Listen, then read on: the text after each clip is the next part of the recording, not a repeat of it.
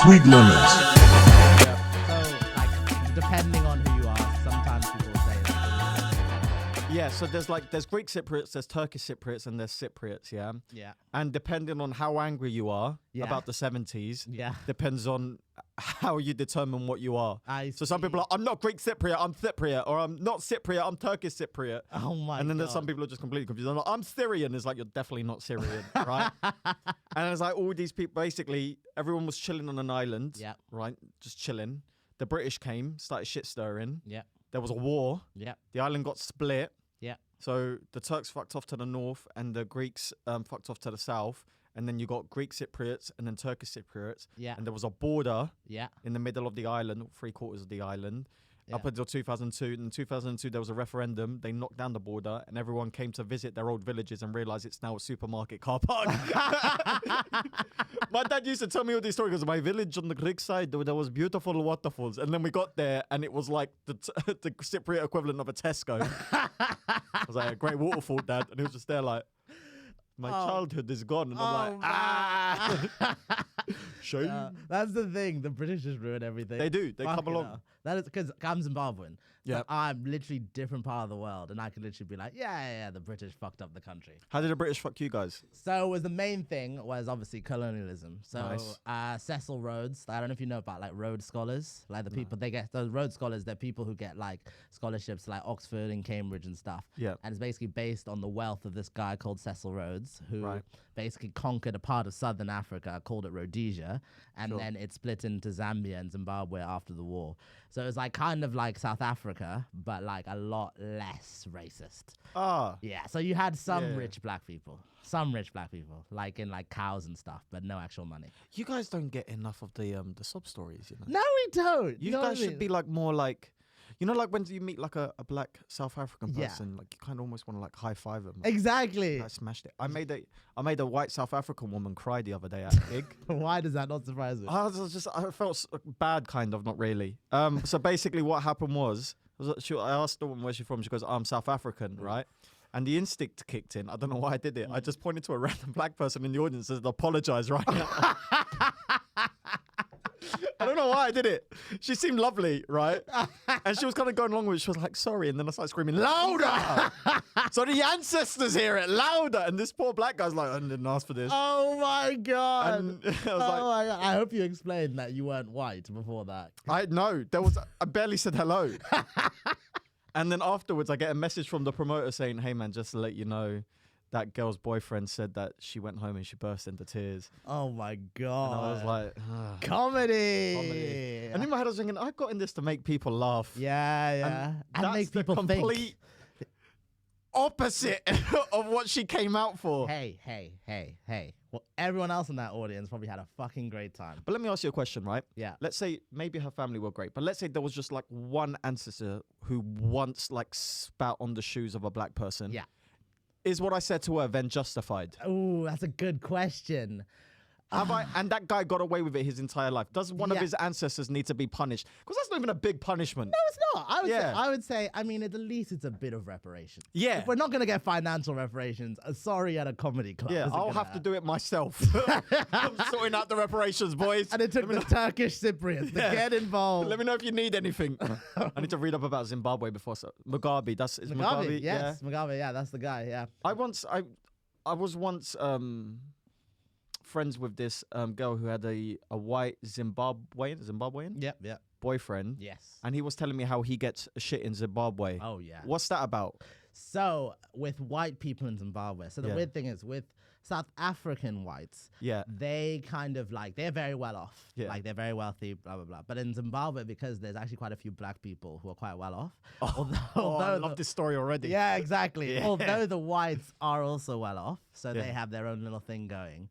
There's this like weird thing where, like at my school, so I was in Zimbabwe till I was like 8. Right. And in my school, the white kids got bullied because everyone there was kind of on the same socioeconomic level. Yeah. So it kind of was this thing where like, you have nothing on me. Like, you are just the minority. Whereas in South Africa, they're the minority, but they're also just vastly more wealthy. So it's like, yeah. So it's like, if you're a white kid at a Zimbabwean school, you're probably getting bullied. Which is interesting because in this country, there's there's no one more dangerous than a poor white. They are the most dangerous people. Those are the ones you don't fuck with. They are the Brexit people. You know, like the poor whites, they get concerned when black people get on a train. Yes. I get scared when I see poor whites on a train. Oh my God. When you see a poor white on a train, that's when you know it's they're loud, they don't speak the language, they refuse to integrate. Do you know what? Like, for my mum as well, like, because she learned English in school, right? And like, she's fluent in English now. But the insult of coming to the UK and seeing that some people don't even speak the language well after being forced to learn it as a child is just ridiculous. I feel like people who did go to international schools do speak English better than people who grew up here. Like my Cypriot cousins who moved here for uni, their English is impeccable. Really? Because they've learnt it to a T. Yeah. Whereas we're just kind of being raw dogging English our entire lives, you know, just raw dogging, just making up our own version. But theirs is impeccable. They speak it so well. Whereas we're just here like using like fucking nouns and shit incorrectly. Yeah, exactly. Slanging it up. Even people knowing what is a noun or what is a verb, that's the thing. So what language do they speak in Zimbabwe other than English? So Shona. So there's Shona, two. right. There's two. Yeah. So the main one is Shona, which is like 90% of the people. But then the other one is one called Ndebele, which I don't speak. Yeah. But there's like 5% of the country now is Ndebele. And because there was a genocide in the 90s that created that. So it's like, it's really weird because it's like, it's kind of like the white guilt thing. Like, I didn't do it. But the Shona people are kind of responsible for that. I don't understand how genocides happen. Right? I don't. I genuinely don't, right? Because, you know, in school, you get in trouble for such little shit, right? Yeah. If I push someone over on the playground, like, right, you two, violence isn't the answer, blah, blah, blah, that's really bad. Of course, naturally. But then, like, they grow up, some of these kids, and then some of them, not all of them, a very few select of them will decide at one point to just murder an entire group of people. Exactly, yeah. Like, when did that, like, how do you, like, I get stressed. Let's say, right, tonight, when we're leaving here, you go to shake my hand, and I do a spud, right? I will think about that from 14 different angles in 4K and use VAR in my mind, right? And probably lose sleep. Whereas Vladimir Putin right now, God knows what, I don't know what his body count is right now. Oh, I mean, it depends which body count you're asking for. Oh, both are impeccable. Both are probably sky high. Both are very impressive. And by the end of the night, he's just like, yeah, you know what, whatever. What can I do? What? I had no choice. No, that's the thing. I love you. You really hit on something about humanity there in like such like a ridiculous way. But it's true. It's true. It's like, can you imagine like those people who like think about an argument in the shower? You know, like when you're in the shower and you think and you go like, "Fuck! I should have said that thing." Yeah. But then someone can just go around here just committing mass like a genocide or whatever. And everyone, peer pressure, right? If we all. There's only 3 of us in here, yeah? I reckon, right, if we tried, we could get you to down that for no reason at all. Probably, right? But just going, do it. Probably, yeah. The entire world is telling Vladimir Putin, stop killing the Ukrainians. Exactly. And he's like, no, I don't want to. I don't want to. I'm going to kill them. I can't like it. I can't believe it's still going on. Do you know what I mean? Like, I thought it was going to be this kind of thing of, oh, yeah, that's good, like, news, and then it was going to move on to something else. But it's been dominating for a while. Do you reckon, if England got attacked, it would kind of look a bit like the first pandemic? What do you mean? Like how we'd just all be chilling at home. Ooh. Some people would just like turn into like fucking little cretins and hide behind the sofa. Other people will start becoming social justice. Some people wouldn't even think it exists. Yeah, exactly. Some people think just go outside. Just go outside. There are no bombs. There is no invasion. There are no bombs. They're just trying to keep us indoors for a bit. That was such a stupid part of it, man. How it just became so political, like weirdly. But do you reckon it would be like that? Like, do you reckon we'll all just like be chilling at home using like shit like House Party again? Yeah, House Party. Yeah. I remember that. Stuff like that. Yeah, man. No, I think Clubhouse. Clubhouse. That was a tragic time. Yeah. That was like a podcast like everywhere. But I think what would end up happening is we'd get invaded. And then, like, people in Scotland would just be like, okay, whatever. And then they would leave the union. Yeah. They would leave the union like that. I think we've got a good prime minister to not get in a war. You think? Yeah, I think Rishi Sunak is good, right? Because Rishi Sunak's got that, you know, like that. you know those annoyingly like middle class guys, right? Yes. Who are like really sarcastic. Yeah. And they just want to like verbally annoy you, but if someone like steps over the line, they're like, no, right? Like if Vladimir Putin was like, we declare war, I think Rishi Sunak would be like, no. No. Let's not do that. First of all, I'm calling the police. Yeah.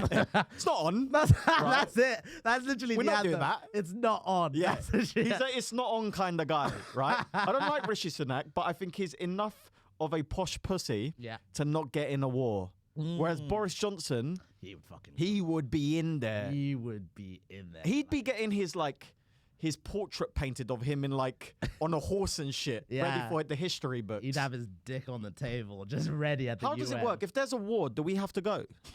As in the comedians, or what do we do as comedians? What's our role? It depends. How quickly can you make up a disability to not? Very quickly. Very quickly. You know that Ali Gilan is actually spasticated in my left DJing finger? Yeah. I think it depends. I think it's weird to imagine a war where we'd actually get conscripted, because it's like if we're in a war where you need enough manpower for conscription, it's all fucked. Yeah, there's almost no point in the war. Yeah, that means we're fighting Russia or like China or something. Yeah, and I will die straight away. I would die immediately in a war. I'd last. Yeah, I'd be like, someone be shooting at me. I'd be like, where's the instruction manual? Like, is there a fucking PDF that they sent me? Bang, bang. As if you got your phone like in the trenches with signal. I didn't play enough Call of Duty to survive in a war. Oh man, can you imagine though? Like if there was a war, can you imagine the Call of Duty boys? Like, they'd be so horny for it. They'd be so horny. Like, you know those people who like feel like they know about guns because they played Warzone. Well, they'd be horny for it until they realize you can't press triangle to respawn. No, you can't. They just bleed out. You can't. Man, yeah, that would be so fun. I would be terrible in a war. I'd be terrible. I thought my dad fought in a war until I was like 11. Really? Because he told me he did. Imagine lying about being in a war. I was like, Dad, you know the war in the 70s? Were you in that? And he goes, yes. Turns out he missed it by a year. Really? Yeah. He was in the army because it was compulsory. Oh, yeah. So, like, you don't get brownie points for being in the army. No, you don't. You can be like, yeah, my dad was in the army because he was forced there by his legs. He was dragged there. Right. No, man, that's so funny. There was, so what? There was conscription. Yeah. Mad. Well, no. Everyone, if you're Cypriot, you have to do compulsory military service at one point in your life, unless you pay them vast sums of money to avoid it. Really? And is that like legit? Like, can you pay the money, or is that like a you can. No, you can. Like, there's a whole system, and basically, the more educated you are, the better deal you get in the army. So, like, if you're going just out of high school, or so you ain't gone college, uni, nothing, they are putting you bottom of the barrel. You're the first person to get your head blown off. You're front line. As it should be. You're cleaning the shoes. Yeah. People spit on you on the way past. No one takes you seriously. If you go to university, then they give you, like, depending on, like, let's say you did an accountancy degree, then you're going to be a paper pusher, which, to be honest, is what you fucking want. Definitely. Right? You just want to be, like, stamping shit. Definitely. And then there's some maniacs, who actually enjoy it. Like my cousin, and he just decided that he was going to become a commando for no reason. Surely not. Like he went, because he didn't go, I think he went university, but he dropped out or something. So then he went to the army, right? And most people, they just keep their head down. Yeah. This guy was taking extra courses, jumping out of airplanes for no reason, right? Just because. You know what? You got to be a little bit like. Yeah, you've got to be. But I mean, think about it this way. Like, we are in a country that's at peace. Yeah. In a country where there's no incentive to join the army. Yeah. But people still do. Oh, and I've met them on the train. I've met them. I was taking the train from Bristol Temple Meads to... Classic. Shout out Temple Meads. Oh, great station. To Leicester, right? And there was these guys who were sat next to me, and they were all wearing suits. Yeah.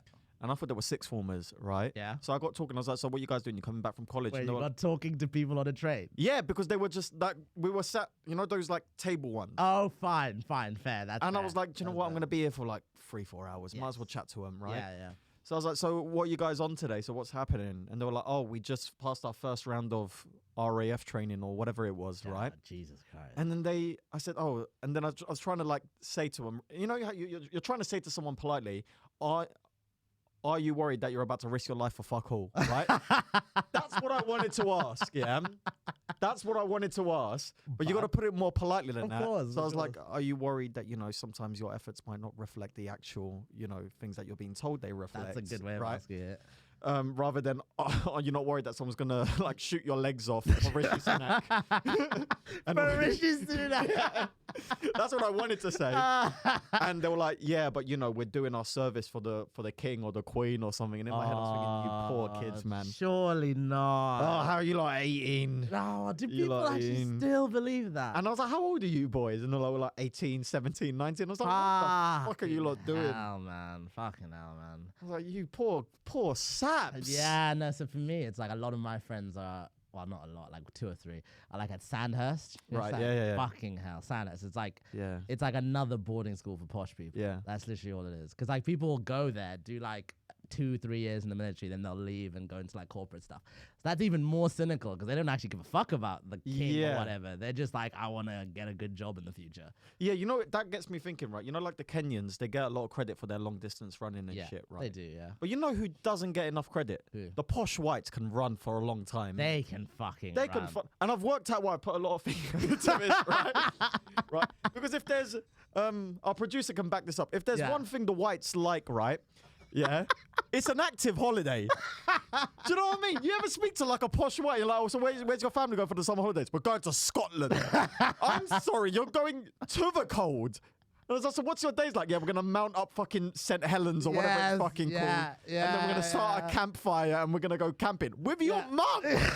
You're going camping with your mum. And honestly, you meet any of these posh whites who moved to London, right? Yeah. And another thing I've noticed, it's freezing today. Yes. You will see at least one former posh white who's moved to London who's not wearing a jacket right now. Yeah. Because they don't give a fuck about the cold. Yeah, it's because they can't make colonies anymore. That energy has to go somewhere. And their calves are like this. They're like strong, right? And they eat tangerines in bed and shit. And like, and they get all their nails are fucking orange because they don't wash their hands after eating the tangerines. Of course. They're good people, right? But their families are fucking insane, and they never put the heating on. Yeah, it's even the same. It's even the same as like skiing. Yeah, skiing is like I went skiing for the first time last year. Yeah, skiing is fucking mental. Because in my head, like, have you been skiing? Have you ever been skiing? I've never been skiing. Don't go. Have I been skiing? What fucking look like to you? Yeah, I just had an outer body experience. I just had an outer body experience where I realized who I was talking to. Have I been skiing? Yeah, have you been skiing? I don't like climbing up stairs that have gaps between the stairs. No, okay. So I went, it was the last year of university for me. And I was like, my friends were going on a ski trip. I've never been skiing. Yeah. Don't fuck with that stuff. Like, Was this the Universal Bristol ski trip? Medic ski trip, yeah. University medic ski trip. Right, yeah. Yeah, but like, there's also a university one. But that's for like, because I was in my 6th year. So that would have had like loads of like 21 I knew when that ski trip was on every year because all my white students would suddenly disappear for a week. Yes, they would. Yeah. Exactly. That happens every year. And I went on it and I was just like, Jesus fucking Christ. Like in my head, it's such like a safe thing, you're just going down the mountain. And then you would just realize that you're in the Alps, like fighting for your life. Like it's actually fucking scary. And they don't give a fuck. They don't. You see like a 3-year-old Yes. right, going shoom, shoom, shoom. Yeah. I've got, again, I don't know if there's any research to back this up. There is. There is a direct correlation between people who go skiing and people who don't flush the toilet after a wee. 100%. Because people who like the cold and shit, they just live a little bit more barbarically. They do. Do you know what I mean? do. They definitely do. Is there anyone who doesn't flush after a shit, or is that a step too far? I don't know. Yeah. I don't know. None of my whites None of your whites do that. So you're. It's so funny because you're a PhD student, right? Or you're how many more years? It's done. It's done. I'm about to hand it in, inshallah. Ah, yes. There we go. My doctor. Yeah, that's gonna be the thumbnail. That was fucking pasty. I need a tan. You need a tan, bro. Ugh. Yeah, man. So you're gonna go by Dr. Yesilada? Do you know what? I'm not. You're not? I'm not because it's false advertising. Why? Because I'm not that guy. I'm not that guy. You know when you meet other PhD students? Yeah. And they have the intelligence to be one. Yeah. And they care. Yeah. That's not you. Yeah, none of that. When did you start comedy? So I did my first ever gig in 2019. Okay. But I really started pushing in 2021. Okay. 2019, 2020, I did like 10 gigs. Yeah. And then 2021, I was like, no, I want to be good at this. But really push. Yeah, that's pretty similar to to me. Yeah. Like pre-COVID, did a couple, but didn't take it seriously till after COVID. Yeah. Yeah. So like, what was that during your PhD? Yeah.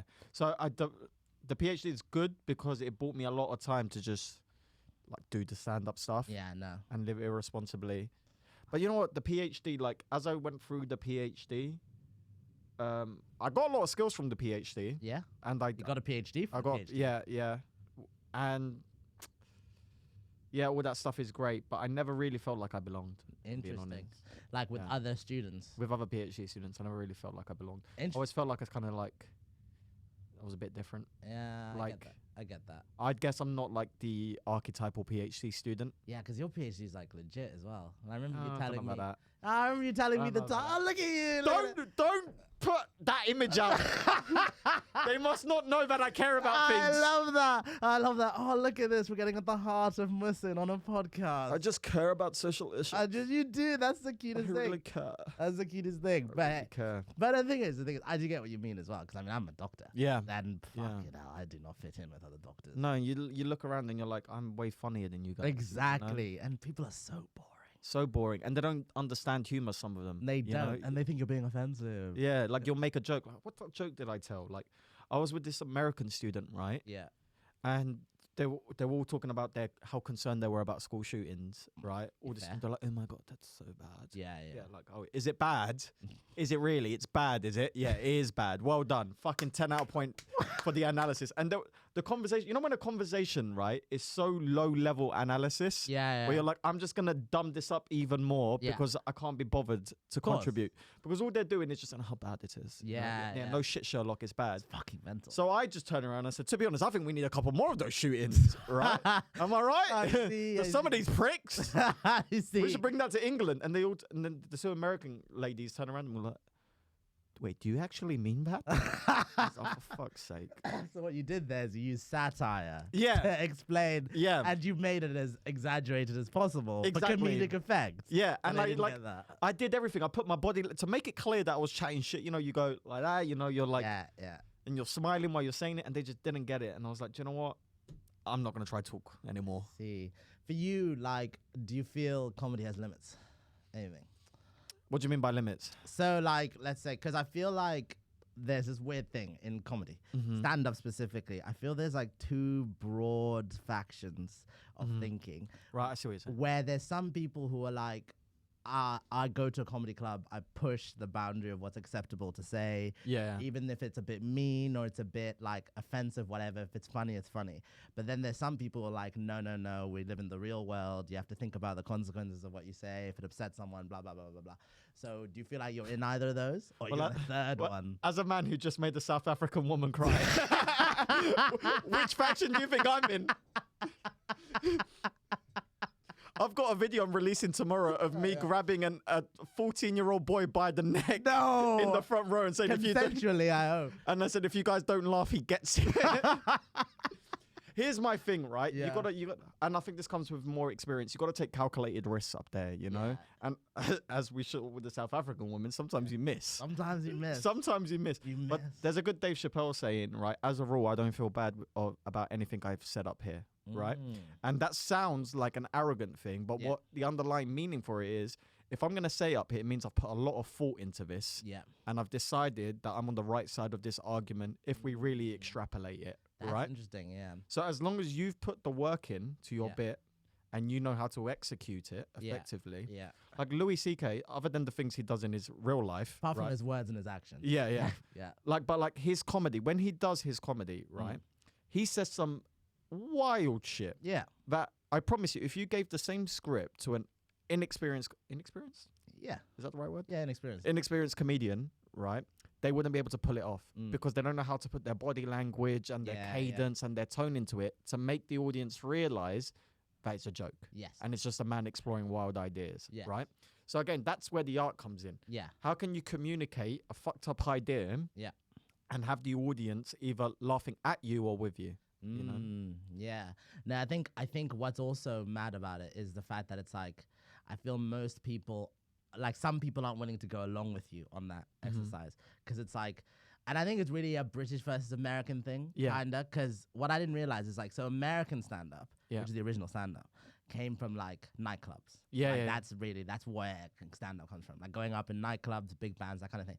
But with British stand up, it comes more from like theater and music and that kind of thing. So it's more like one man shows and stuff like that. And you do get people who do like a bit of the American thing as well. Like, and they've kind of basically overlapped. Into each other. But it's like, I feel in British comedy, there's less of a willingness to be like, because it's also as well, like in America, you have gigs that start at 1 a.m. Or like 11 or whatever. It's like people are fucked. Like we're just like, everything that happens here, who gives a shit? We're in a basement in New York, who cares? But in the UK, it seems like more people are more like, what you're saying is what you believe. I don't know. I had a situation here. So this club has a gong show called the Ding Dong Gong Show. For your listeners who don't know what it is, basically a gong show is comedians have to survive for 5 minutes without 3 cards going up. But in this case, it's not cards, it's dildos. And there was this guy in the front row who was bald with a ponytail, you know those Donnies? Of course. And he was wearing a necklace that had his sister's ashes in the pendant. Oh my God. And Mooch, the host, found out about it. And there was this really chatty woman in the front row.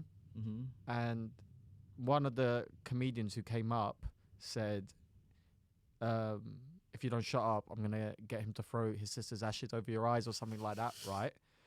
And the guy who had his sister's ashes was laughing his ass off, right? And most of the audience were laughing as well. But there was a couple of people going, ooh and ah. And I was on the panel that day. And I said to him, like, when I gave my feedback, I was like, listen, you did the right thing. You took a chance and it paid off. And I wanted to I was like, don't get put off by those oohs and ahs. Because as a comedian, you have to go up there and take a risk. You do. You just have to let go. You do, Most comedians are shit until they just let go of that awkward feeling of being judged. You know? Comedy is about individuality, right? Like you just got to go up there and just like freely be yourself. Like let the intrusive thoughts take over, and eventually you'll get better at refining it and being on the right side. You're gonna fuck up though, you know. Oh, interesting. Where do you think you are on that? Like, have you like, were you someone who like fucked up with what you said and you've kind of learned what to say better, or are you still learning, or where are you? I'm definitely still learning. I mean, I clearly fucked up with that one woman the other day. So I try and pick like fair targets in the audience, right? And sometimes you get that wrong, but I like to take liberties and chances and stuff. And it's just about switching your brain off, right? Like I find I'm doing my best in comedy when I feel relaxed in the club or the room I'm in. Makes sense? 100%, So like if I'm doing, like when we're doing like the Chortle final, for example, I was relaxed, but it's also a competition. Exactly. So you're not, you're you're paranoid about one misstep, you know? But like a normal club set, you're like, fuck, You're improvising. Exactly, No, that's the thing. And it's kind of like you have to think, but you have to not think. It's being in that flow state. And but I think even getting in that flow state is part of the work. Like being able to be in that situation where you can do that. It's like upping your hit rate. Like if you can get into that state maybe 20% of the time, a comedian's been going for 20 years can get there 90% of the time, 95%, you know? Exactly, man. So what was it for you that made you like were you a fan of comedy as a kid? Like what was it? Oh, I loved it. So my earliest memories of watching stand-up comedians, probably Eddie Murphy and Lee Evans, because they were always on the TV, like Comedy Central and all that shit. And I just loved it. I remember I bought like a Lee Evans box. I got a Lee Evans box set for Christmas. And I just loved his like physicality and stuff like that. And then when I was like 14, my brother-in-law took me to see Jason Manford. Oh yeah, which was that's a good one. Yeah. Like he just came into the family, and I was like, so what are you gonna do for me? You're gonna shag my sister. You're gonna have to do something. You're gonna have to do something. And he was like, you're right. I am gonna shag your sister. I'll take you to Jason Manford. I was like, fine. How much were those tickets? That's how much it cost. For 80 quid. 80 quid. For 80 quid, you can shag my sister. That was the price. That was the price, man. But now look at Yeah. you now. That was good £80 spent. Now I get paid 80 quid for gigs. Gigs, Sometimes, maybe not really. Sometimes. Sometimes I Depends get where I am. paid. And don't talk about tax if you're paying that yet. What's tax? Yeah, man. It's also crazy as well. Like for you, do you want to go pro, like pro? Oh, yeah, like yeah. just doing stand up, or do Yeah. you want to do online shit? I mean, you do online shit, but is that like, are you gonna try and monetize that? Like, what's the thing? Well, here's the plan. Oh, here we go. Here we go. I plan to be The President of the United States of America. the biggest comedian that's ever lived. Yes, boy. Biggest. Yes. I want to be Kevin Hart on steroids. Yes. What, like The Rock? Yeah. I want to be the Harvey. I'm joking. I want an island, baby. I want to be manipulating politicians. Yes. I want to be getting involved in elections. Mate, if you're a comedian and you have political power, you won the you game. smashed it, yeah. You fucking won the game. I want to be as big as I possibly can get. Okay. Yeah. Fine. Like, I don't put like a limitation on it. I'm not a very humble person. Good. I refuse to be because I'm Turkish. Yeah. I wasn't raised humble. Were you raised humble? No, No, you were. definitely not. You were told that you're smart, you're intelligent, all that stuff. Yeah. I was told, I was told the truth. yeah. If I did badly, I was told. If I did well, they were like, Yeah. you can do better. Yeah. And it builds your ego. I don't like. There's no like my family. We were very much like the same. Like if Yeah. you were being a prick, you were a prick. But if you've done well at something, and like, why not want to be the best at something? You I know, right? Yeah, like you I might mean, as well try. I guess it's tough because it's like, for me, I have that mentality. I'm like, I want to do this as well as I possibly can. Yeah. But I feel like it's tough because you get people who are like, oh, I'll get too big for my britches or whatever. Shut up. I know. Shut up. But that's what this is, though. It's like, Tall poppy syndrome. That's what it is. exactly, Yeah. exactly. And actually, from someone who like didn't grow up in the UK, I think that's also something about British culture that is Yeah. very unique. 'Cause All right, it's- calm down, mate. yeah, yeah, Getting calm big for your down, boots, are ya? yeah, a little big for your britches, are you? Yeah. Yeah, it's like I think the thing that British and American culture have different, and like American culture is fucked. In Oh many yeah, ways. that's the American dream mentality. Exactly. Shoot for the stars. Even if you're homeless. Exactly. Like if you like in America, there's this kind of perception that it's like if you do well, you earned it. For better or worse. Like they see billionaires as the people who've worked the hardest and all that stuff. But here it's like if you've succeeded, it's ill-gotten gains, that kind of thing. I want to be famous enough where people from school are making up stories about how close we were. Yes. I Yes. want that level of fame. Yes. Yeah. Yeah. Like yeah. some guy from primary school, I went to his house once. And I was like, yeah, Muhsin off the telly. Yeah, mate, me and him, mate. I'll tell you, we were like this. That basically means you're just seeking the approval of the kids you went to school with. That'll show her. That'll show him. That'll show her. Nah, man, all you need is one TV appearance. I do feel like most of my life has been dedicated to proving the girls who rejected me in year 7 wrong. I mean, you know? that's what it means to be successful. Yeah, that's all I've been doing. Joanne. Sorry. Her name was actually Joanne. That's what it was actually. You know, the first time I asked that, a girl called Joanne, right? Yeah. And before I realized how you're supposed to chat to girls, Yeah. I thought you just have to be their friend Oh, no. and then they'll want to be your boyfriend. No one Oh. explained to me, no, that's death. So what advice would you give So, so I befriended her. Yeah. And we were like besties, you know, Aw. like, I was like one of those "Where's my hug, Donnies," you know. Oh. Year 7. I really was a "Where's my hug, Donnie." Where's my... I know what you mean. Yeah, and I then know what you mean. and then I was like, oh, I'm sick of this. And she was like dating one of my friends at the time, and I'll just stand there like a mug and watch them kiss and shit. Oh, man. And, like, and then they broke up, and I was like, said to my mate, I was like, yo, you guys broken up? Can I have a go? And Oh, he was like, nice. yeah. You know, year 7, like no Yeah, one who cares. It's a right? free-for-all. I know you guys were together for 2 months, which is back then That's a long time. That's a marriage. It's a big part of your life. And then I was rehearsing what I was gonna say. I couldn't sleep the night before, and I was like, I'm gonna trap her in the corridor after English because she goes that way, I go that way. We'll intersect. To England. So I was like, got to get the timing right. And I was like, oh, Joanne, can I speak to you? And I pulled her to one side. And I had this massive speech. Yeah. It's like, I'm going to take her by the hand. I'm going to say this. I'm going to say that. And then all that came out my mouth was like, would you like to be my girlfriend? Maybe not. Oh. And I'll never forget and there was like an uncomfortable amount of distance between us, like more than us right now. Yeah. And then she went, not really. Not really. Not really. And then I went and sat in the library and I was fuming. Is that better or worse than just a no? It's worse. You think it's worse? Not really. Like I asked her if she wanted like a crepe or something. Not really. I love that because the saying is always the worst thing she can say is no. No, it's not really. It's not really. Which is so much worse, man. Oh man, that's brutal. That's brutal. When did you improve with the ladies? With the ladies, I don't even like. I mean, Everyone's shit initially. Very few people are talented off the bat. Off the gate. Yes, you know? I feel like if you're naturally good looking, it doesn't matter. Yeah, you can just cough in throw their game, direction. do whatever you want.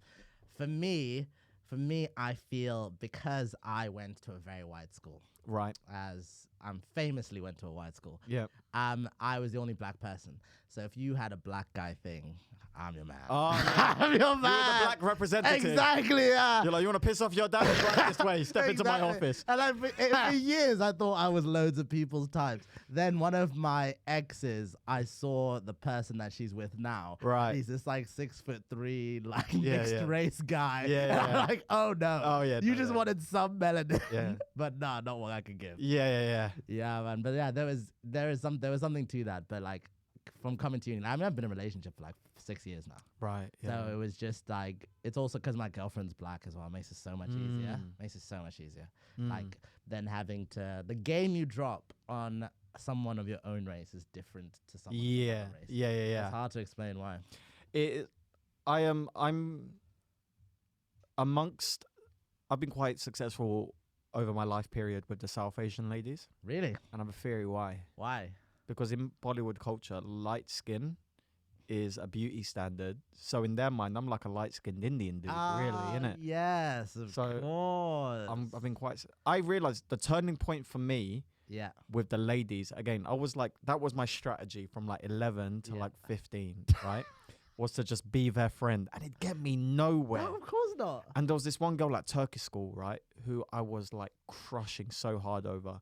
I nearly ruined my sister's engagement party when I was 14, right? Yeah. Because I was like nicking alcohol off the tables, and I never drunk before, and I got really drunk. Damn, son. And then like I tried starting a fight with the best man, who was a grown man. And I was 14.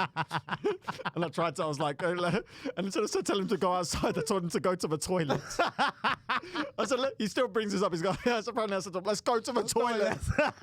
I wanted in close space to fight you in. How did he deal with that? Because there's no way to like win that situation. A drunk 14-year-old. I think he was just like, every time I went for him, I think he was just like giving me a hug and like guiding me. Nice. That's nice. And I tried to leave the wedding because I was like, she lives near, I'm going to walk to her house. And apparently, I don't remember this, but apparently I got to a bus stop. And when my cousin finally found me at the bus stop, I was arguing with two Polish grown men at the bus stop wearing a three-piece suit.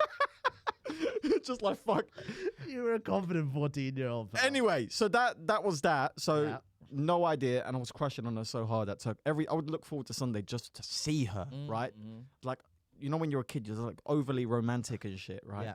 And she just wasn't into me. She liked bad boys, and I was not a bad boy. You weren't right? a bad boy.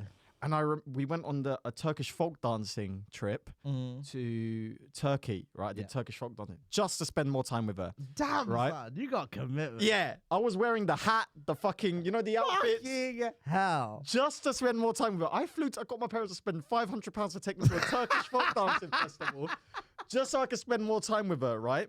And on the trip, it was a fun trip, to be fair, because like loads of friends and stuff, we all went. It was good fun.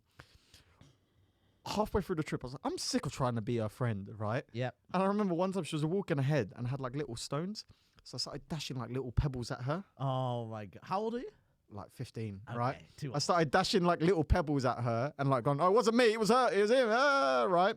And then I was like, I'm going to flirt with another girl in front of her Nice. to make her jealous, Yeah. right? And all of this was working heavily in my favor. Really? And within 2 days, she pulled me aside on the beach, spoke everything out. She was like, why are you being so mean to me? Blah, blah, blah. And I was like, well, blah, this, that, blah, blah, blah. And then she was like, okay, I think we should like try, right, to be in a relationship. And we got together and it lasted a month. So 3 years. 3 years of work. That's a successful relationship. A fight with two Polish men at a pub. Stoning her, all for a month. A folk dancing, a trip to Turkey, all for a relationship for a month. Oh, Oh, man. Wait, was that your first proper relationship? that was my first proper relationship, and then we broke up, and then now I'm 16. Yeah. And I got into another relationship, and that relationship actually lasted for 4 years. 4 years, that relationship, Damn. the next relationship. But that girl who I stoned and was in a relationship for a month, we're from the same village in Cyprus, so our families know each other. So she was invited to my sister's wedding. Yeah. And she came over to say hello at the wedding. You know, Turkish people did the 2 kiss, right? Yes, yeah. She went for the 2 kiss, and I did the overreaction matrix like this on purpose. I went, and I thought it was the coolest shit I've ever done in my life. And looking back, I was like, oh, you're a fucking dickhead. Oh, mate. Oh, man. That smooth game. Yeah. Dropping that smooth game. Yeah, I think she was like a manager at McDonald's for ages. Really? She's still aiming high? I don't know what she's doing now. She hasn't. I tried looking her up the other day for the shits and gigs, and she's like off the grid. So either she's off the grid or she's died. You know. Either way. Yeah. Oh man. Well, the goal is you want to be big enough for her to be messaging you. Yeah. Fucking. I showed you. I showed you. Look what I am. Look at me now. Have I got news for you, Yeah, bitch? is that even still on the TV? I don't even know what's on the TV. What matters on Taskmaster? Yes, Taskmaster. That's the fucking one. Oh man, what a girl. Do you still watch TV? No. Nah, neither do I. Although I don't watch TV, but I want to be on TV. Ah, yes. I want to do live at the Apollo, right? Yeah. Because I've seen people I know do live at the Apollo. That's legit the only reason. It's just the credit. It's just the credit, man. It's been my dream to be on live at the Apollo since I realized that I could potentially one day be on live at the Apollo. I had until I realized that's like something that could happen in comedy. I didn't care about it, you know? No. But yeah, I'd like to be like that'd be cool. But I don't watch TV. I only watch TV in hotels before gigs, Oh, that's nice. and I do it for the nostalgic reasons. I see. Because it's kind of like, you know, do you remember King of Queens? I do. Man, King that of Queens the was fucking great. Shit. Kevin Right. James. Yeah, that Kevin holding it James down. memes is going around right now. Ah, yes, they are. Yeah. Every time I do a gig, right, that requires the hotel. The next day I wake up. I normally wake up around 8 and 8:30. Yeah. And I watch King of Queens on Channel 4. Yeah. Because I used to watch it before school. Oh. Do you know what I mean? That's cool. So I do it for the memorabilia. So I make a cup of tea. Yeah. But apparently I didn't know this, but apparently people are shitting in those kettles. Yeah. Apparently. So I make a shit tea. Yeah. right? Yeah. And I sit there and I watch King of Queens in bed just for the memories, you know, the nostalgia. Yeah, man. That's such a nice, like, is that your only ritual? Do you have anything else? For hotels, Yeah. I have the most romantic wanks. Oh, man. My wanks in hotels, You treat yourself. fully naked, Yeah. over the sheets. Oh. I'll moan. Oh. I'll moan while stroking my own penis. I'm like, right? Full on, right? I'll spread my legs. Every now and then, if it's my birthday, finger out the bum. You know? Put the All the dimmer way switch in. on. Just get Yeah. a little lights low. Yeah, full volume. Because if the neighbours hear, who gives a fuck? I don't know these people. Yeah, imagine them making that call down to reception. Yeah. Now Excuse you're me. the weirdo. Someone's watching porn next door. Okay. Did they pay for the Wi-Fi? Yeah. That's all I care about. I also like, this is actually this is a nicer ritual I have. If I'm doing like a landmark gig, like a gig that like I'm pretty chuffed about, for example, Yeah. and I'm in a hotel or something, I like to like go over. Sometimes I like to go over my material in the shower, like, you know, like time to think and stuff. What I like to do is I like to think of everything that's happened to get me here, just as a reminder. Like, don't take tonight for granted. Yeah. This has been a fun journey, you know. Yeah, it's a real mindful exercise. Yeah. And yeah, that's the thing, that's the hardest thing, is like, because there's so many ups and downs. Oh yeah, and there's always this thing in comedy where like, if someone gets something good, you're like, oh, that's great, but you're like, I wanted that. Yes. And you didn't even know it was even an option until No. they got it. No, yeah. Like someone wins like a prize and you didn't even know the competition existed. Exactly, Right? yeah, exactly. And you're like, yeah. why didn't I win the prize? You didn't apply, You dickhead. didn't apply, You yeah, didn't know the exactly. competition existed. Exactly, yeah. Yeah. I mean, and it's also, it's weird how people see comedy as like a zero-sum game. Exactly. Like, where there has to be winners and losers. Yeah. And it probably, I guess it used to be more like that, like back in the day when people were fighting for a sitcom or whatever. But I guess the UK doesn't really have that. I guess our closest thing is like panel shows. Yeah, that yeah. kind of thing. You got to fight the irrational thoughts. And I'm the first to admit, I have those irrational thoughts and I have Really? to check myself sometimes. I'll be like, someone will get a gig and I'll be like, how come they got that gig? And then I remember, dickhead, you did that gig 2 weeks ago. Yeah. You just want to do all the fucking gigs because you're an animal and you're greedy, right? You want to do. Human beings, we're selfish and greedy naturally, Of course. right? So but you got to be. That's fine to have those thoughts, but I think the people who get over it are the people who are cognizant enough to go, I'm having that thought and it's stupid. And then you revert back to good on them. Yeah. And then you move on with your day. Yeah. The people who have terrible lives are like, why is that person getting that? And then they never have the mind to go, oh, no. Yeah. Life's not that. It's also as well you can learn from people. Well. Exactly. Like people, like I've never met anyone who's not willing to give you advice on how they did something. Like because it's like, especially in comedy, like people are fairly like accommodating with that. Yeah, they definitely are. Especially because like I feel there is no book for this. Yeah, you can do courses, but I don't really know how much I believe in the courses necessarily. No. I mean, there is some that I think definitely there's a lot that you can teach, but ultimately you're gonna get to a point where it's just like just do stand up. Like that's how you learn. Yeah. But yeah, so it's like kind of a lot of the information is gate kept. So that's why like I had like another podcast where I used to interview like comedians who were like in my first like 20 gigs, we were interviewing like James A. Custer, Jimmy Carr and stuff like that. And it was quite valuable because it was like getting information from people who've like gathered it over like 20 years. Yeah. And that resource didn't really exist. Exactly. Like where do you learn? Like literally where do you learn? And if you're willing to listen, you can like get some really good like nuggets of information. Yeah. So me and Adam Bloom were doing a gig abroad. Yeah. Which was great because me and Adam worked out, he'd done his first Edinburgh preview 2 years before I was born. Like really think about that. That's Do you know what I mean? That's mad. He'd done his first Edinburgh 2 years before I was born. Even, Yeah, right? yeah. Which is insane. Before I was born, he had done Edinburgh. Yes. It's insane. Fucking right. mad. I haven't even done Edinburgh yet. Well, neither have I. I mean, I've been there, but I haven't done it. Yeah. And we like the information he was able to provide. Yeah. Over 32, 33 years of doing stand up. Yeah. That's fucking like so interesting to hear. Like, it is, yeah. Because the comedians that we look up to are just his mates. Exactly. Do you know what I yeah, mean? exactly. I like people he's worked with and yeah. has gone out for dinner with. Or, Yeah. do you know what I mean? Like you can gain so much from those people. You can definitely. And one day we're gonna be those people. Yeah, exactly. We will. Yeah. It's gonna be. I think where I see it going. Like this is my prophesizing. The future of stand up. I think what's gonna end up happening is gonna be so many people who do comedy that either it'll get really accepted by everyone. So there's a way of seeing it where you could say, oh, right now we're in like the 60s for music. Yep. So we're at like the golden age. And either that golden age will keep going and get better and better like where music is today, or this is a peak and it's going to fucking go down. But either way, where you want to be is you want to be someone who never stopped. Exactly. Because if you never stopped, you're in the golden era even better. And if you never stopped, you're one of the few people still going. Look at Jeff Innocent, right? Yeah. Jeff Innocent, if Jeff Innocent quit 10 years ago, everyone would have been like, whatever, and it would have been bad. Yeah.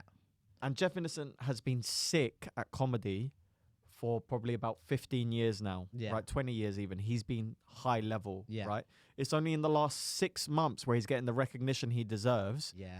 Because he's got his social media game together. Yes. Imagine he quit. Imagine he quit. He's so funny. And he's in his, how old is Jeff? Probably late 50s, 60s?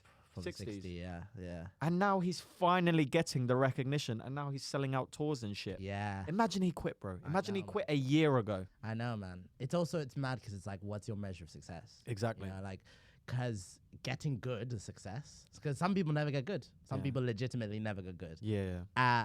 But also, you could also see it as it's selling tickets. That's true. Some people should quit.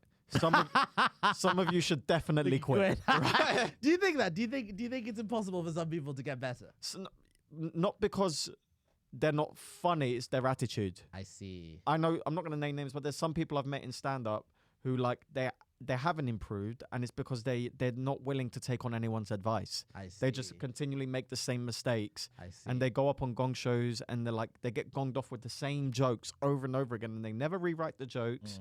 People tell them, rework it, do this, and they're like, nah, fuck you guys.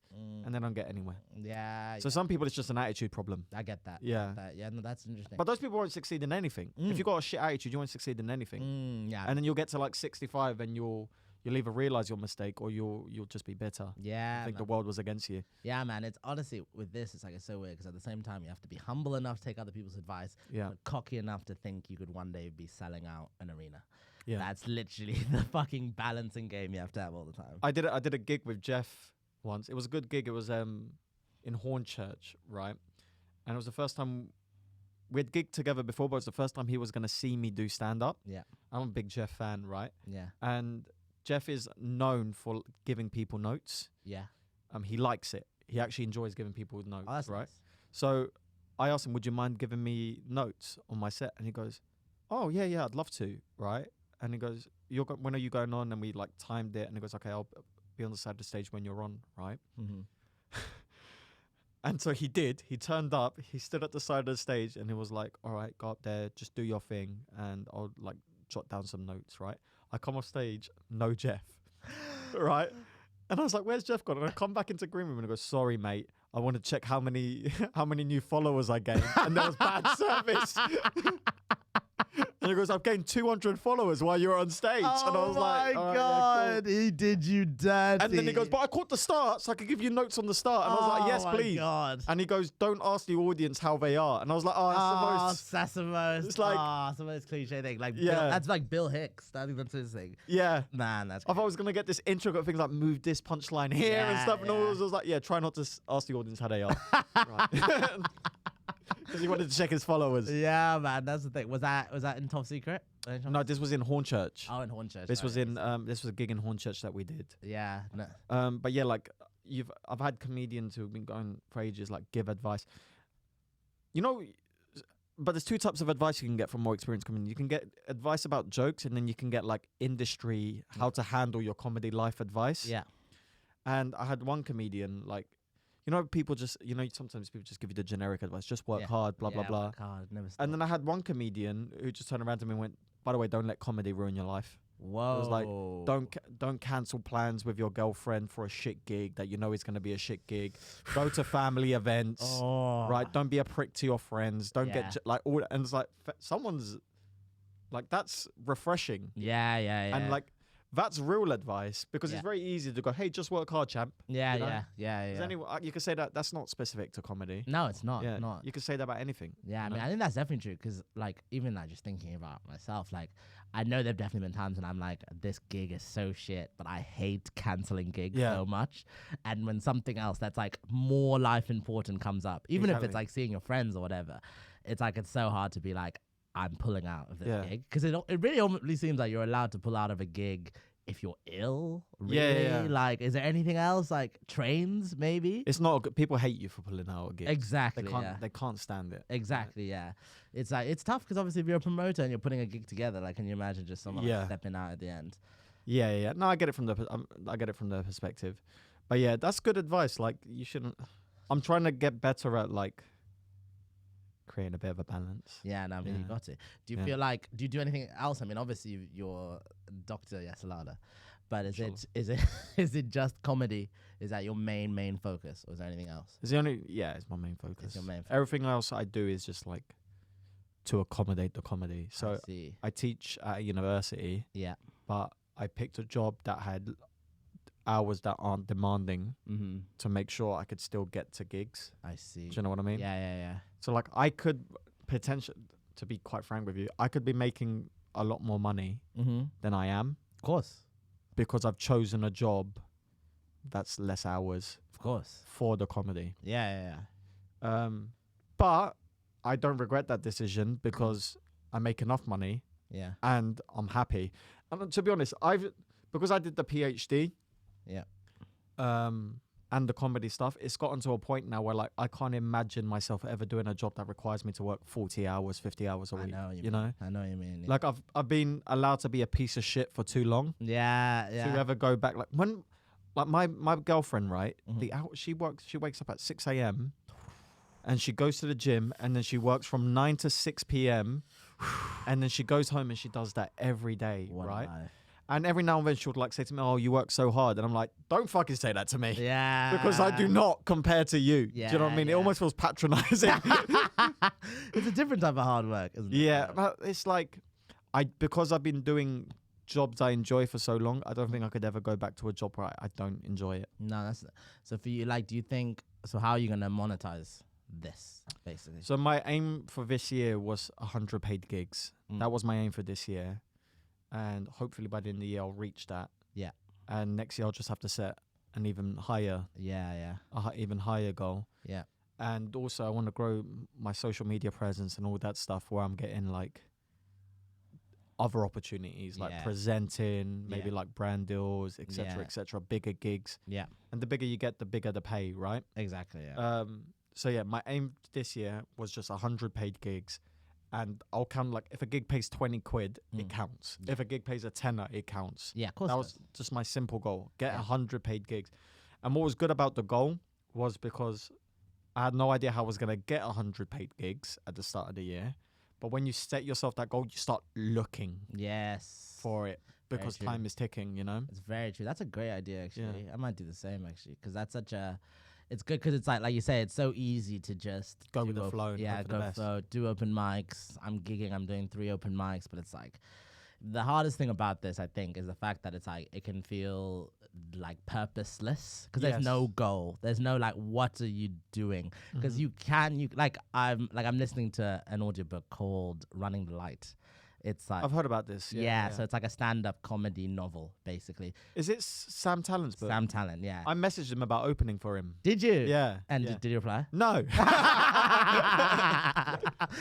you hear that, Sam? Yeah, Sam. Fuck you. Who says you're talented? Yeah, nah, but what was he doing? Was he doing the UK?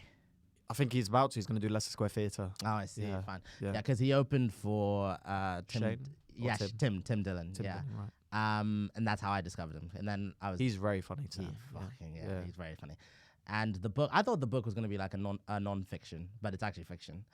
So it's actually a story about like a stand-up comedian in America that he made up, and the audiobook is read by like different comedians. Oh, that's wicked. Yeah. Who's in it? So so far there's been like Ari Shafir, Tim Dillon is one of them. Bob Stanhope is another. So there'll be like quite a few.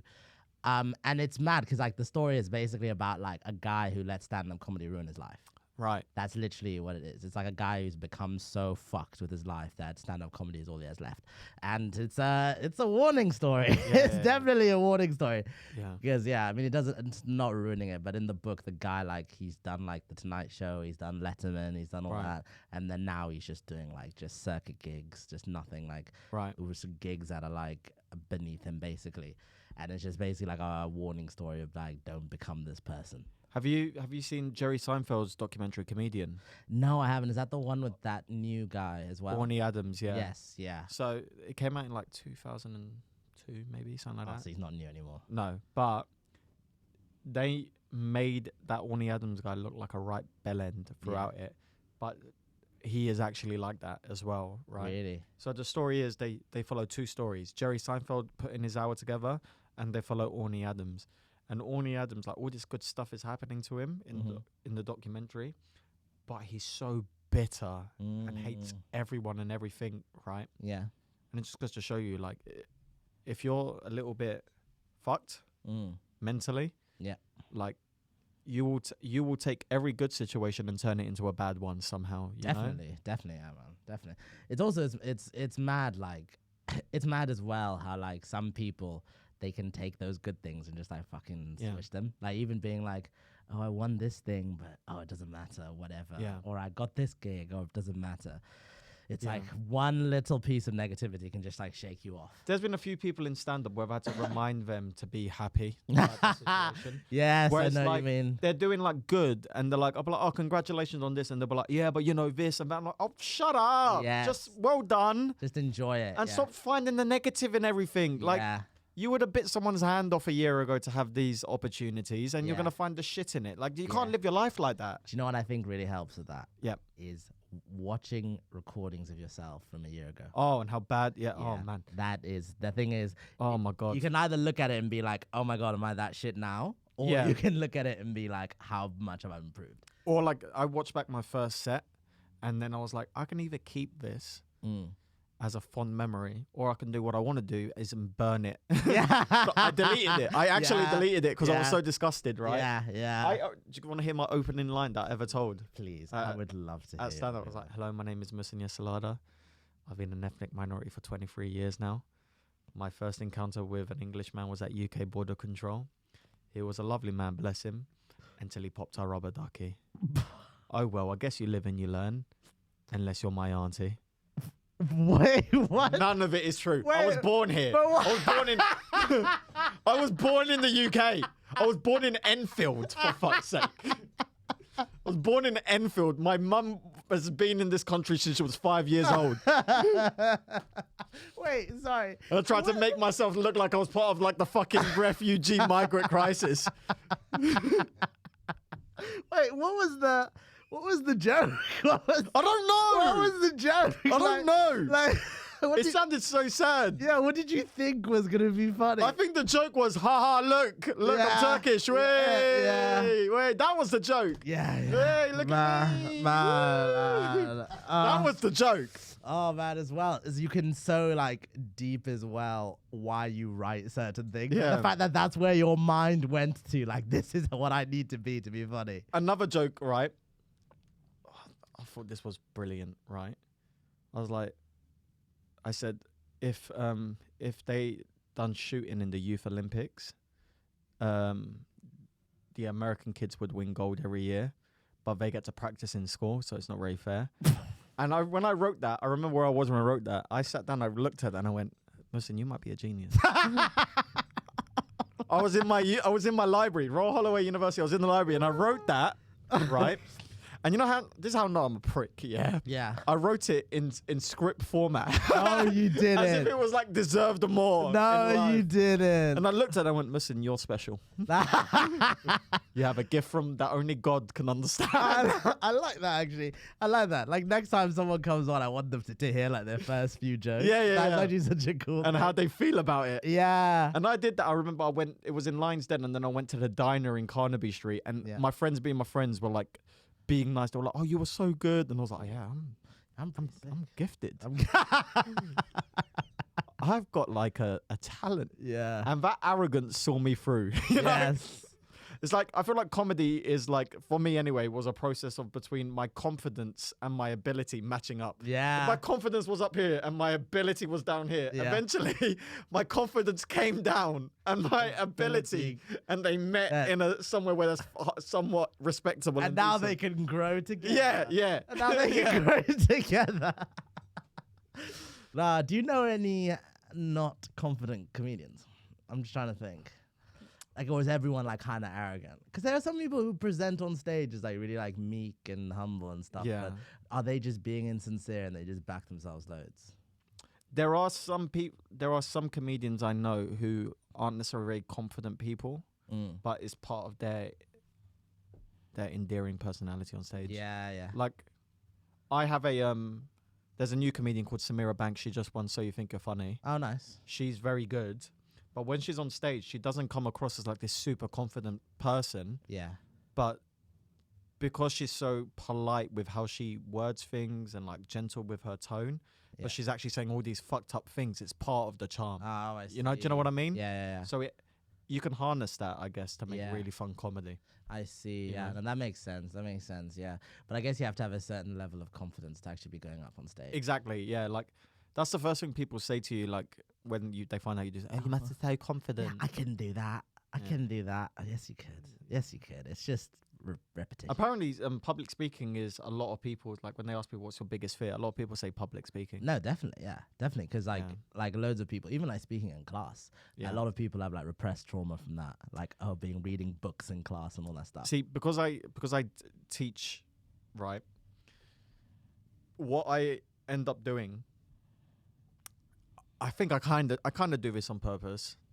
I try and treat my lectures like stand-up shows. Really? With some like the format. Like, I will ask like the audience, the students, how they're doing at the start. Really? And then I'm like, come on, you guys can do better than that. How are we doing? Right? And I will generally start the first 3 minutes of my class is crowd work. No. Like I will chat to them. I'll be like, Listen, no. I'll be like, I'll bring up Listen, like, that's a nice jacket. Is that new? Stand up and show everyone the jacket. Round of applause for them, like just to loosen them up. And we'll see in the student feedback form at the end of the year whether it was a success or not. Oh my God. The best feedback I ever got from a student, you know those anonymous feedback forms, yeah. right? And we get it in a spreadsheet at the end of the year, the lecturers and the teachers and stuff. One person wrote, I didn't learn anything from Muhsin, but we had fun. I was like, that's all that matters. Oh my! Do they know you're a stand-up? So every year it's like a fun game of how long will it take until the word gets out. Yeah. That's And because I'm new to the university. Although I went at my undergrad and my master's, I'm new there as a member of staff. Yeah. And on week 2, one of my students left a comment on one of my videos saying, "This isn't the professor I know," or something like that. And I've had students ask, "Oh, where can we get tickets and stuff?" And like, there's like this weird line you need to tread. I know what you mean, yeah. Of like, I mean, I can't stop you from buying tickets to a public space. No. But also, I don't want to be the guy who's like, and by the way, guys, Yeah. you scan the QR code at the end of the lecture, it goes to my work in progress. 20% off all Royal Holloway Hey, students. never stop hustling. Yeah. Never stop hustling. I said to my friend, it was like, oh, you got like a built-in audience. I was like, I can't recruit my students to joke. That's a Daily Mail article that will write itself. No, you know? that is the worst. Yeah, no, I've had it. My clinical supervisor, which is basically the closest thing to my boss at work. Right. She was at Latitude. Really? Yeah, she was there, like in the audience. So she saw us perform, and like she said in my like first meeting together that she was like, "I knew I recognized you from somewhere." Oh, that's and hilarious. then she quoted one of my jokes. Oh my God. She wrote it down and quoted it to me, and I you're was like, trying to be professional. and I'm trying to be professional in Yeah, scrubs with a little yeah. like stethoscope around my neck. And they're reminding you of who you really are. Yeah, when Nikon. The alter ego, when the tie comes off and the scrubs come off, you're like, Yeah. Yeah. Nah, man. Yeah, it's so weird, like mixing the two. Like, I'm just like, nah. We were walking around afterwards. I was like, this is kind of shit. If I'm It being was, honest. yeah. Like, it's cool getting free tickets for a festival. Yeah. And the gig was actually pretty good. the gig was really good. Yeah. But like, it's not for us. No. Latitude is not for us. No. The music I ain't into. Nah. And is it music even? Like, it's, I don't know what it is. It feels like people who don't shave. No. Or men who shave a lot, but women who do not. Like the women are hairy and the men are hairless, you know. As it should be. I saw one person with a baby, and I was like, "Oh, you lot! I know you guys think you're being like these edgy progressive parents, but this baby's just gonna have chlamydia by the end of the holiday somehow." Do you know what I mean? Nah, the worst thing was the fact that there was yoga next to the stage. Was there really yoga? Yeah, there was yoga. Yeah, people were literally coming from the yoga space to watch the comedy. I'm not racist, right? But when I looked out at the Latitude Festival audience, there was a part of me that wanted to go, just say something racist. Say something racist right now just to stir them up. Remember, they're like the anti-racist people. Yeah. They're the Guardian listeners. They would riot. I wanted to come up and be like, hello, immigrants are a burden to society. Okay, let's get started. If you just look at crime demographics, you'll see the truth. Well, if you look at statistics, gender reassignment doesn't actually do anything for trans people. You know, like like go proper, like those right-wing dumb arguments that you hear. Yeah. Like, I just want to repeat one. Do you ever want to say something racist out loud just to see what it feels like? Yes, I do. Like like sometimes I just hear people say racist stuff, and I'm like, I wish I could do that. And it's that Latitude thing was so fun. Like, do you prefer like? Do you like white liberal audiences? Because there's fun to be had. I do if they're not the entire audience, because you can poke fun at them. Like, I've got a couple of go-to lines if I see like very clear white liberal people. Oh, nice. Like, I'll go to them like, thank you for attending all the protests. Yes, yeah. It means a lot. Which one was your favorite recently? Yeah. And just like talk to them about their protests and stuff. Yeah, that's good. And then maybe get one to apologize to another one, and then make her cry. Man, that's so incredible. And then be like, by the way, here's the invoice. Sorry for making some of your audience cry. Can I get paid now? Can I get paid now? Well, legally, you have to pay me. Yeah. Nothing about the quality of the service. I know I made your partner cry, but but I know it was her birthday gig, but man's gotta get paid. Let's go get my monies. Man, yeah, like I do like those audiences. Yeah, that I also like Middle England laddish, like working men's pub. Birmingham. Or Yeah, Liverpool. and just like cussing them for it. Do you know what I mean? Yeah. And they come up to you and they say something slightly racist, mate. Like, listen, mate, you're just saying, right, what we're all thinking. Like, am I? Like, you make a joke, you make a terrorist joke, and they're like, yeah! And you're like, no, it was meant to be funny, not a point. It wasn't meant to be a political statement. Would you say what we're all thinking? Yeah. Literally the amount of times I've got that, just like, You know, there's one joke I feel bad about, right? But I think, like, I'll make this joke, right? I go, like, there have been more far-right white extremist attacks globally than radical Islam attacks, right? Okay. Yeah, that's probably Interesting. Yeah. However, it does beg the question, who's stealing whose jobs now, right? That's the bit. Right? And when I do that in an all-Muslim crowd, they will look at me like, nah. I do that in a white crowd, they're like, and I'm like, now I feel bad. Yes, it's so true. Yeah. That's the thing as well. It's almost like with like racist stuff, like when you're making fun of your own race, you need to workshop it in front of white people and in front of your own race to see which way it is. Because sometimes you can go too far the other way, where it's too like you're pandering. Exactly. Yeah. No, man, it's so tough to hit the line. Because like I remember like.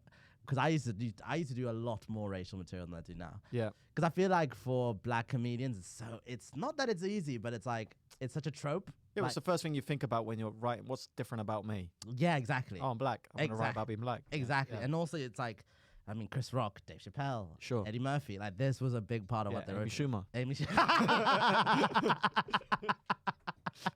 Oh, can you imagine? Yeah. Sometimes I just would love to see that. Just like an aggressively white comedian just do like bigger and blacker. Imagine Amy Schumer. There's two types of black people. Oh man, she gets a bad rap, but that would definitely bring it back. Yeah. But yeah, no, it's so easy to do like racial stuff when you're black because there's just obviously because of genuine racism, there's so much material. Like it's such an easy thing to write about, but it's really hard not to be like hackish with it. That's the thing. And I don't even know what hack even is, but you kind of know it when you see it. You know when you feel it yourself. Yeah. You know when you say something, you're like, yeah, I mean, I could do better. I'm better than that. Exactly, yeah. Yeah, look at me. How much in terms of time, like material, would you say you have? Oh, well, I'm like good enough to like for a show, like for... I don't even know, man. Like I was actually... Because I was thinking, I don't know myself, but I should know.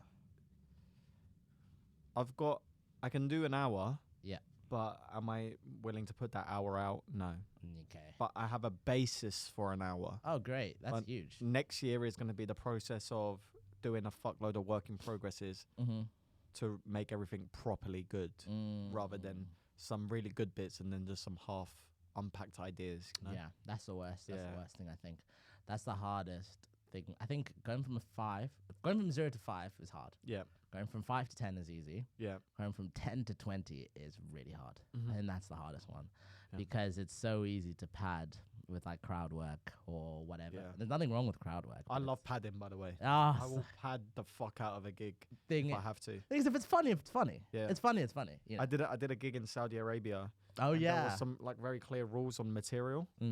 So I was like, I'm just going to go up there and do a fuckload of crowd work. Really? And then I was meant to do 20. I did 35 minutes in Saudi Arabia. What was that like? Like, because you went there with like, what was it? Did you just tell me? It was a comedy show that they're putting doing out there. Yeah, trying to do more comedy out there. And me, Farhan, Fatia, Adam Bloom, and Salman from the UK went. And it was fucking sick, man. Oh man. They I ended up in Arab News. Did you? And they used a picture of me sitting on a fake camel. No. And I had the 2-page spread, and the headline was "The Camel King arrives in Saudi Arabia." And I was looking at it, and I was like, it was one of those. Hang on, let me show you. It was one of those. How has this become my life? Kind of. Oh my god. Hang on, let me show you. Thing is, the weird places comedy will just take you. Oh, look at that, bruv. In Arab News. I mean, that is the peak. One of the biggest news outlets in Saudi Arabia. Mate. A full-ass spread and me sat on a fucking... Where do you go from there? That's the peak. Yeah, it was fun, man. Like, they treat you really well. Yeah. Yeah, it was a really good gig. So how did you get there? Like, what was it? Was it like individuals coming together, or was it like all of you were one thing? What do you mean? Like, how did you hear about a gig in Saudi Arabia? So I do a lot of stuff on like the Muslim comedy circuit. Yeah. And I guess they were looking for recommendations. So they were going through UK promoters looking for recommendations. And I guess our names got brought up through the grapevine. Yeah. Yeah, we organized it. The pay was very good. Yeah.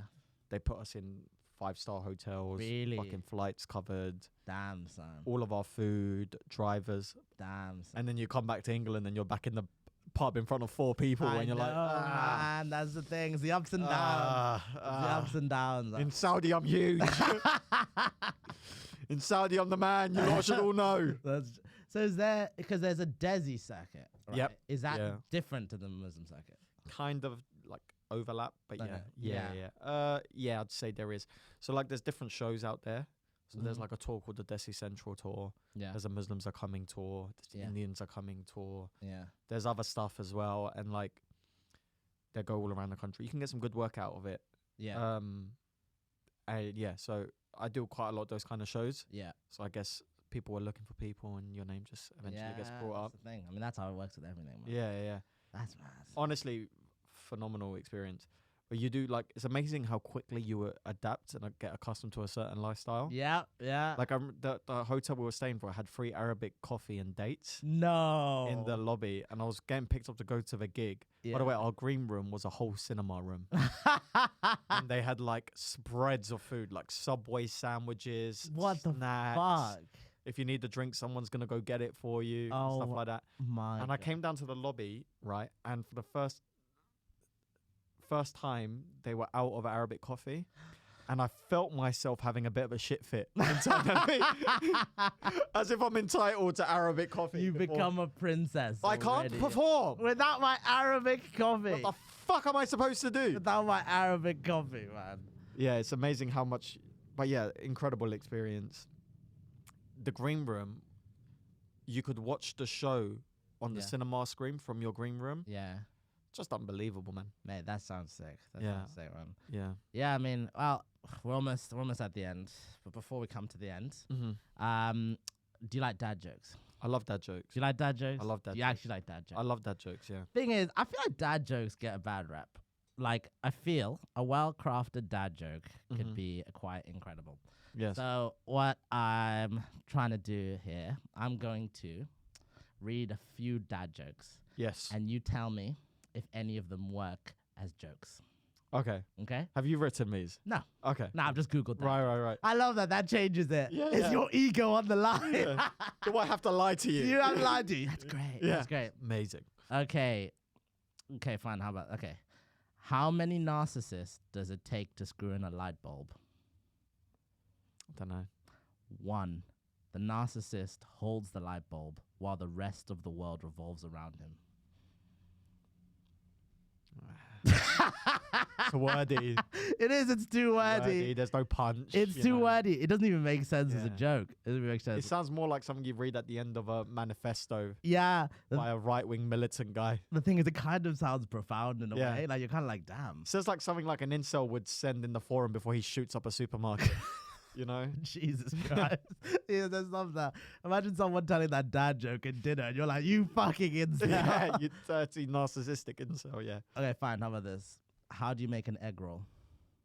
I don't know. You push it.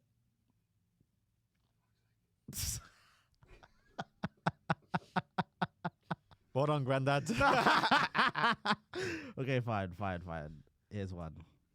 Okay. I prefer the racist ones. You prefer the racist ones? You prefer the ones where it's just like, oh, those people. Do you want to hear a racist one? Go. All right. What do you call it? And this isn't my opinion, by the way, for anyone who's going to watch this in 10 years. You woke lefties. This is just a racist dad joke that someone's dad told me when I was a kid. Okay. What do you call a Chinese woman who works in a post office? What? Mai Ling. Not my opinion. Just something I heard as a child that I remember now. Oh my God. The fact that you just had that in the locker as well. Yeah. Okay, fine. How about, let's see, dad joke. The thing is, what I did for this is I basically trolled through Reddit. Okay, this isn't even a dad joke actually, but this just, Go on. I mean, this has been in my head rent free from Reddit. My cousin said I looked good and was losing weight, Without thinking, I said, thanks, you too. Then I realized she just had a miscarriage. Still cringe thinking about it. That has been in my head rent free. And you know what? I know that's real because I can imagine accidentally saying that myself to someone. Exactly. You know? That's a future comedian. Okay, fine. Two more dad jokes. Why did the drum go to bed? Why? It was beat. I love how much pain you're in. But that's why these are good. Yeah. People want to be in pain when they hear this. Yes. It's fun to cringe. Yes, you know? it is. It is. Okay.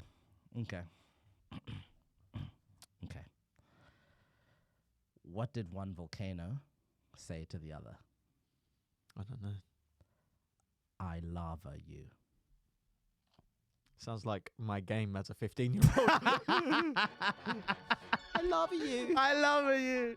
Oh, thank you so much, Muhsin. God bless you. Great. You've been great. Bless you. What did you say? Was it mashallah? Is that right? Mashallah. Mashallah, mashallah, brother. Mashallah. Join it's been us. a pleasure. Thank you, everyone. Join us in our jihad, please. Oh God, I can't. Recruit now. I don't endorse that, but let's go. Allahu Akbar.